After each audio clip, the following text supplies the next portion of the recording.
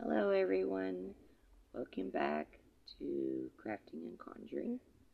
We're going to do a little two-part video today. We're going to start off doing some pendulum work. We have an interstellar comet called 3i Atlas. And I just wanted to talk to Ellen real quick and see if she can reconfirm some of what 3i Atlas is up to. Ellen, are you here with us?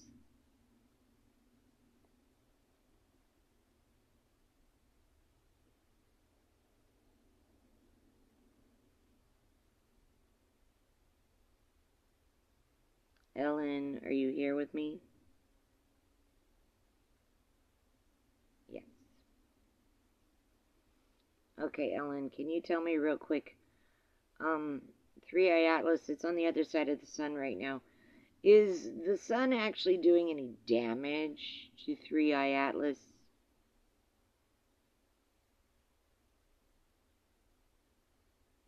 No.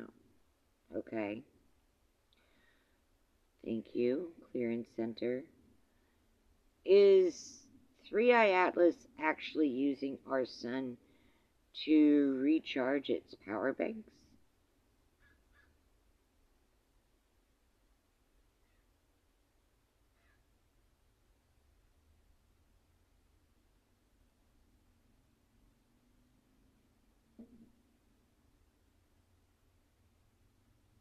Yes. Okay. Clearance Center. Is the Council of Nine aware of 3i Atlas's mission?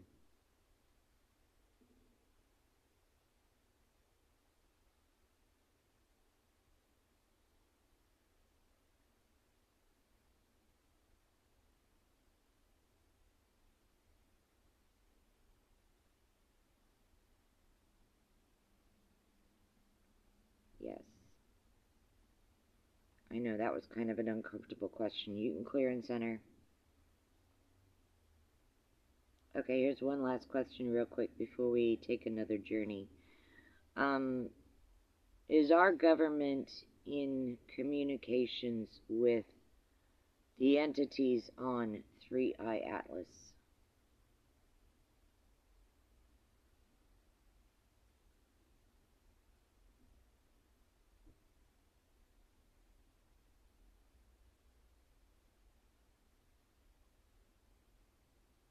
No. Clear and center. Is anybody on planet Earth in communications with the entities on 3i Atlas?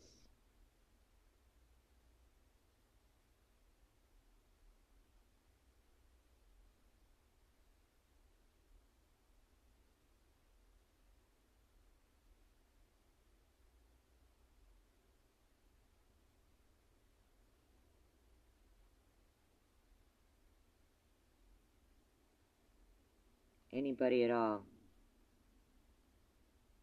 Human or non-human? Is there any entity on planet Earth that is in communications contact with the entities on 3i Atlas?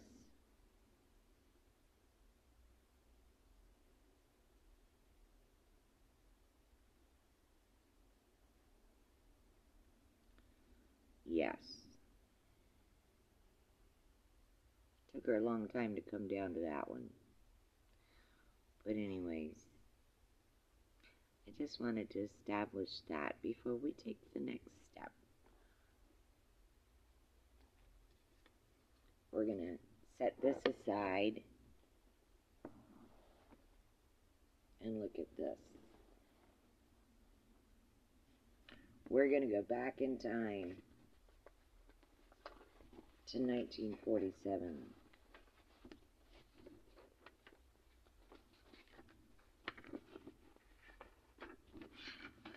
This is just a small one that I wanted to read to you. It's only a few pages, but it's very important. As you can see, It's kind of blurry in some areas. It's downright redacted in others, and there's a few signatures on here. I'll try to make out some of these signatures. Alan Dulles, Lieutenant General.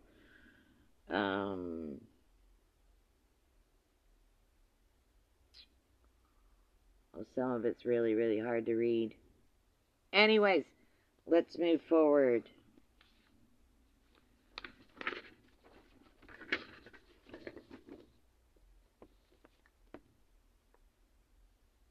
Top Secret Ultra. Interplanetary Phenomena Unit. Sumari. Intelligence Assessment File, reference number 00194712.A.1206. Just in case you want to look this up and pay for it yourself. But you can probably get these documents. But I'm going to tell you this right now. They will be heavily redacted. Number 1. The extraordinary recovery of fallen airborne objects in the state of New Mexico between 4 July and 6 July 1947.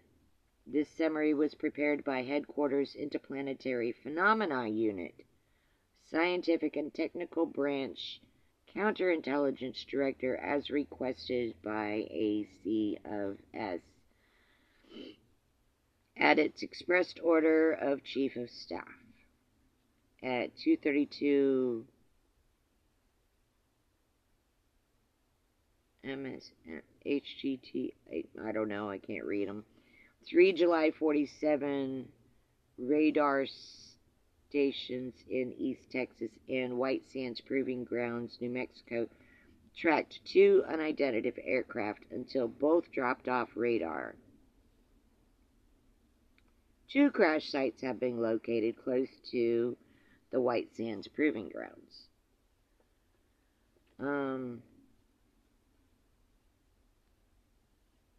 Site 1 was located at the ranch near Corona, approximately 7 miles northwest of the town of Roswell.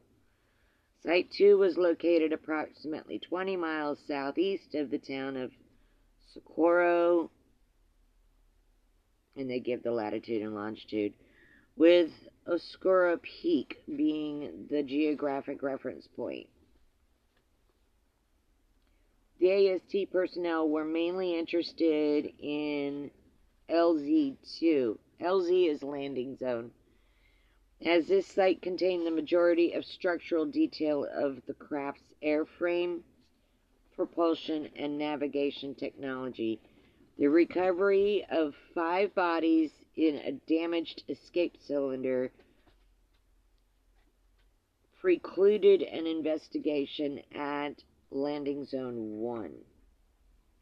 On arrival at Landing Zone 2, personnel assessed the finds as not belonging to any aircraft, rocket, weapon, or balloon tests that are normally conducted from surrounding bases. First reports indicated that the first crash investigators from Roswell Air Force Base, that Landing Zone 1 was the remains of an Air Force top secret mogul balloon project. Hot air balloon. Was from Los Alamos Scientific Laboratory, arrived to inspect Landing Zone 2, it became apparent to all concerned that what had crashed in the desert was something out of this world.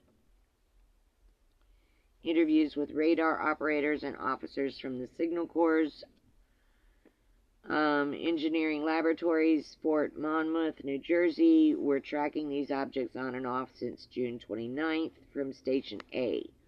All indicated that these targets had periodically remained stationary for minutes at a time, then resumed their original course, flying from the southeast to northwest. SGEL antennas had locked onto the flight of 3 objects on 3 July and lost them about 23:30 MST on 4 July. a V-2 was scheduled for launch, which is why SCEL Station A was able to do a track.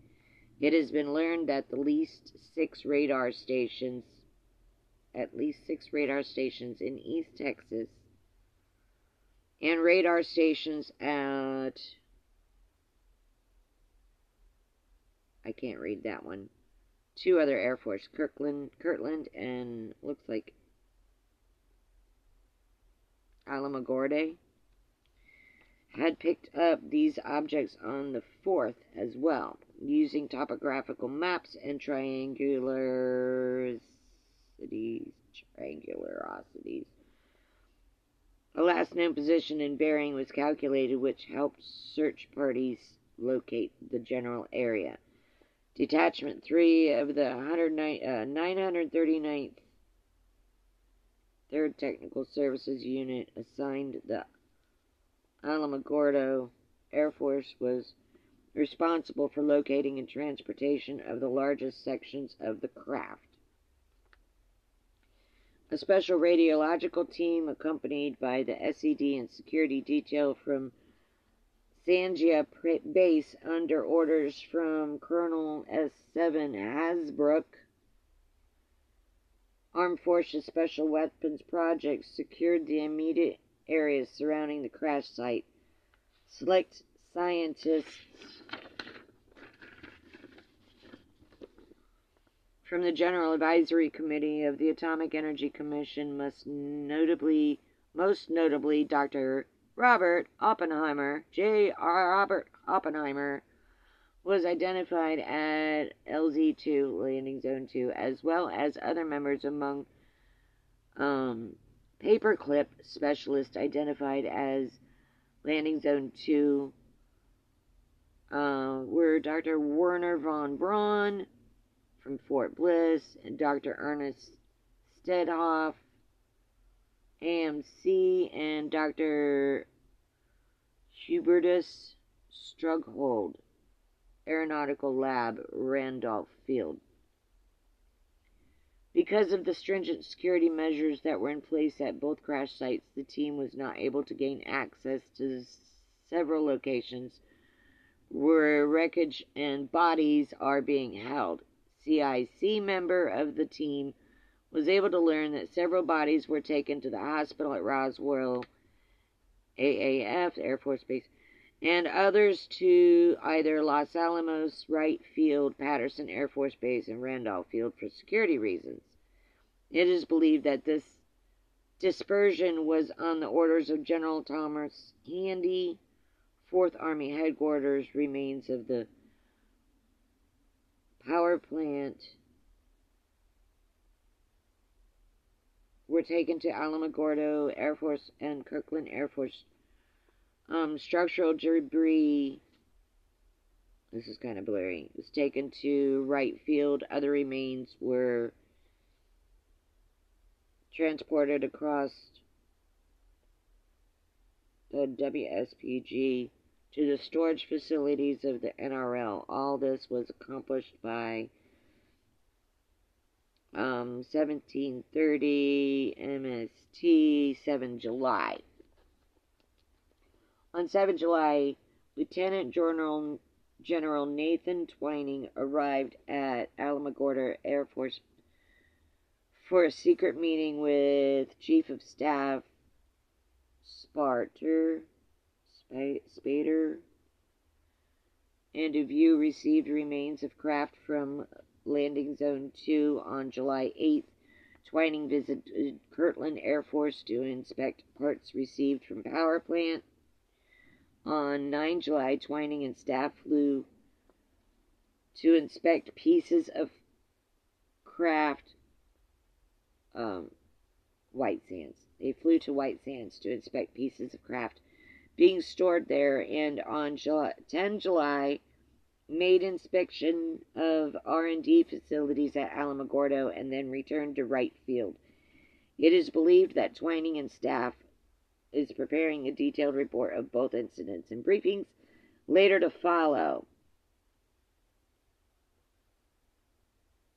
Some of this is blurry. General Eisenhower will see a showing of recoveries sometime in late August this year. The president was given a limited briefing at the Pentagon by ACS Air Force General Hoyt Vandenberg.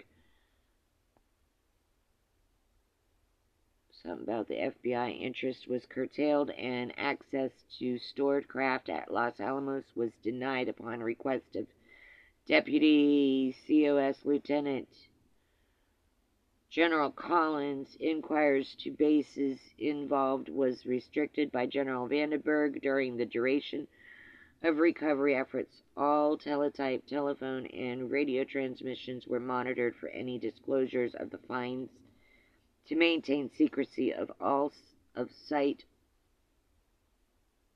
Landing Zone 2. The County of Roswell Air Force Base was authorized to give a brief. The commander of Roswell Air Force Base was authorized to give a brief press release to local paper in which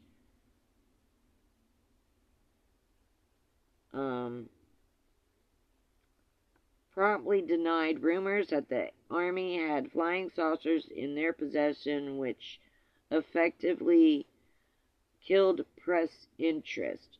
Civilians who might have seen or handled some of the wreckage or viewed bodies were detained under the McNabb Law until all remaining evidence was secured in restricted bases. Witnesses were debriefed by CIC and warned of the consequences of talking to the press. So far, secrecy seems to be working. Gee. All civilian and military personnel involved with the recovery operations had need-to-know access with the proper security clearances.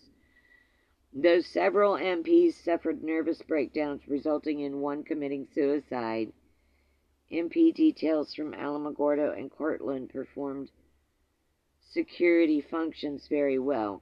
Ground personnel from Sandia experienced some form of contamination resulting in the deaths of 3 technicians. The status of the 4th technician is unknown. Autopsies are scheduled to determine cause of death. CIC has made appropriate security file entries into dossiers with cross-references for future reviews. With the pending approval of James Forrestal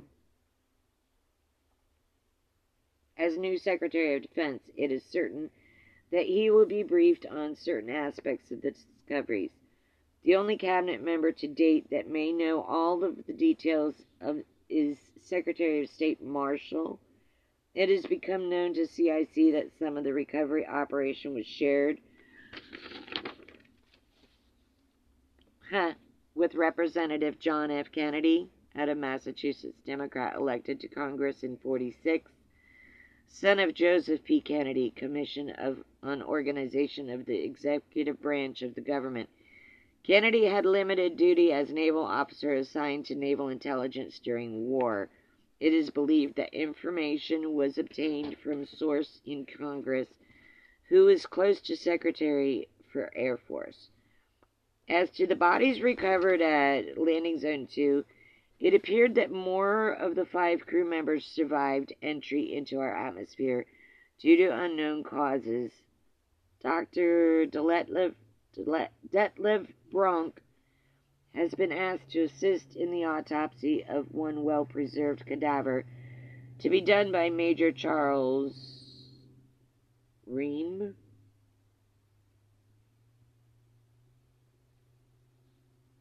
From what descriptions the team was able to learn, and from photographs taken by intelligence photographers, the occupants appear in most respects human with some anatomical differences.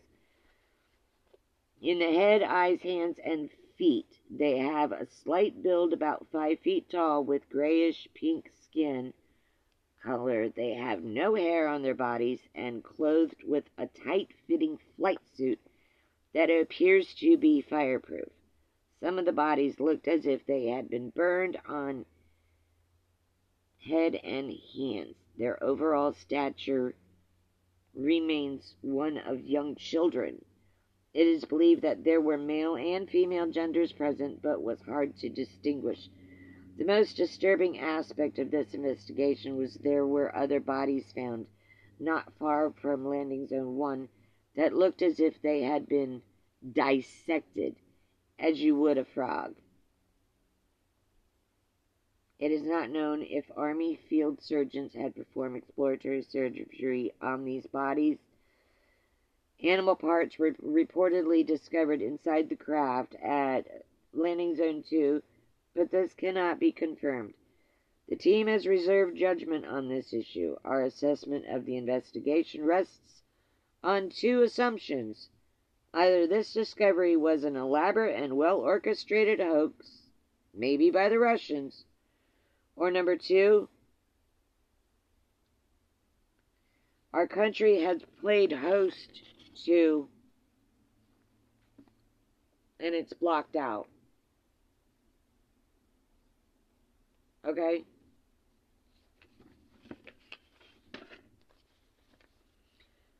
Beings from another planet.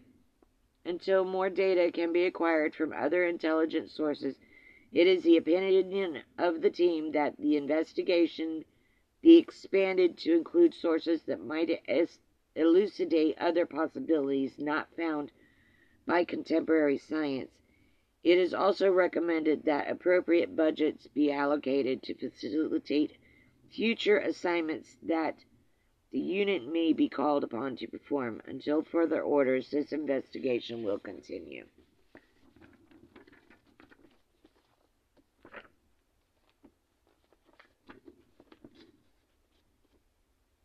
I told you there was a Kennedy connection. I told you this days ago. And I told you I would prove it to you in black and white. Kennedy knew about Roswell. He knew all of it. Kennedy was going to expose them. And this is what got him extinguished.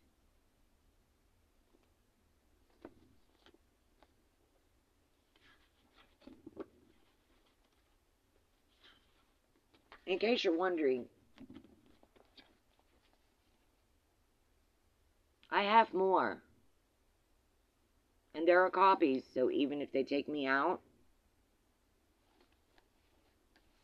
because I'm telling you what they don't want you to know, I put my life in danger. I really hope you appreciate the fact that I've gone out on the limb to give you the truth as it is written in black and white. And if you want to start saying, oh, that's fake news, those are all hoaxes, that's all propaganda, I'm going to remind you, these documents started coming into my father's possession in 1976.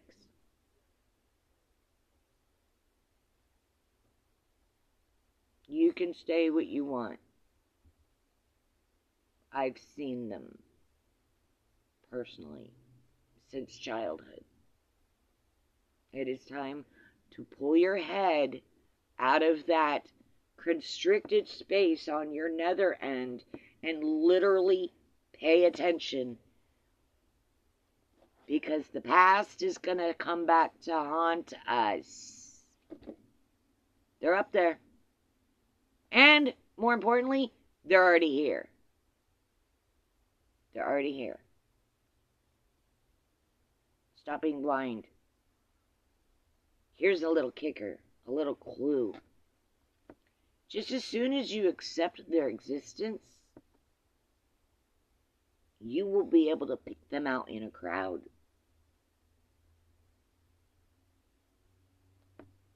You'll be able to smell them.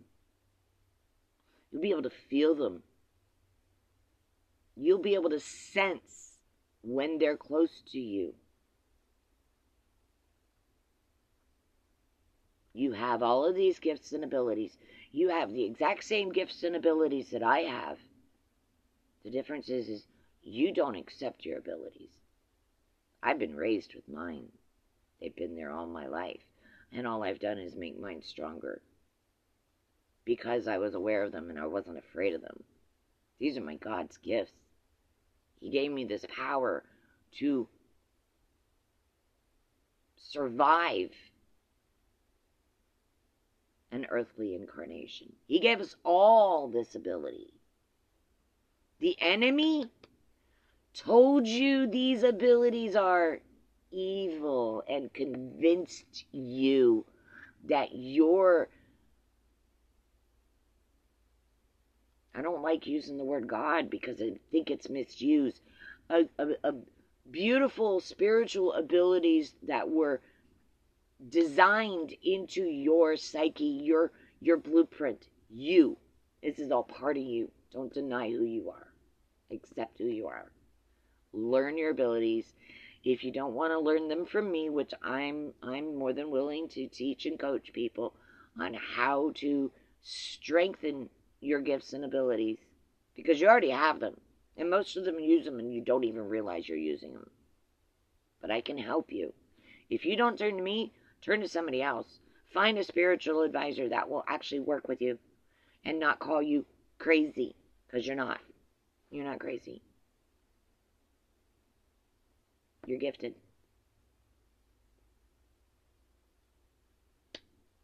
Humans are gifted. So,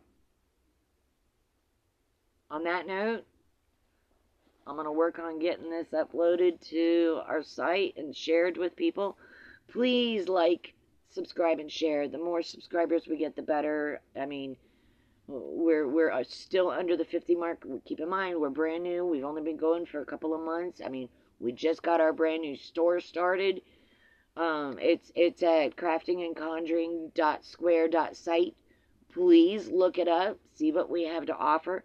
And keep in mind, items in our store is going to change weekly. We will be adding more stuff. And also, most of our items on our store are one of a kind. There's no duplicates and no patterns, and they will not be reproduced. So if there's something on there that you fall in love with, you better buy it. Don't hesitate, because once it's gone, I can't make another one. Oh yeah. We're also going to be adding a free gift in every order. You like it? So, check out our new store. Be safe, people. Bye-bye.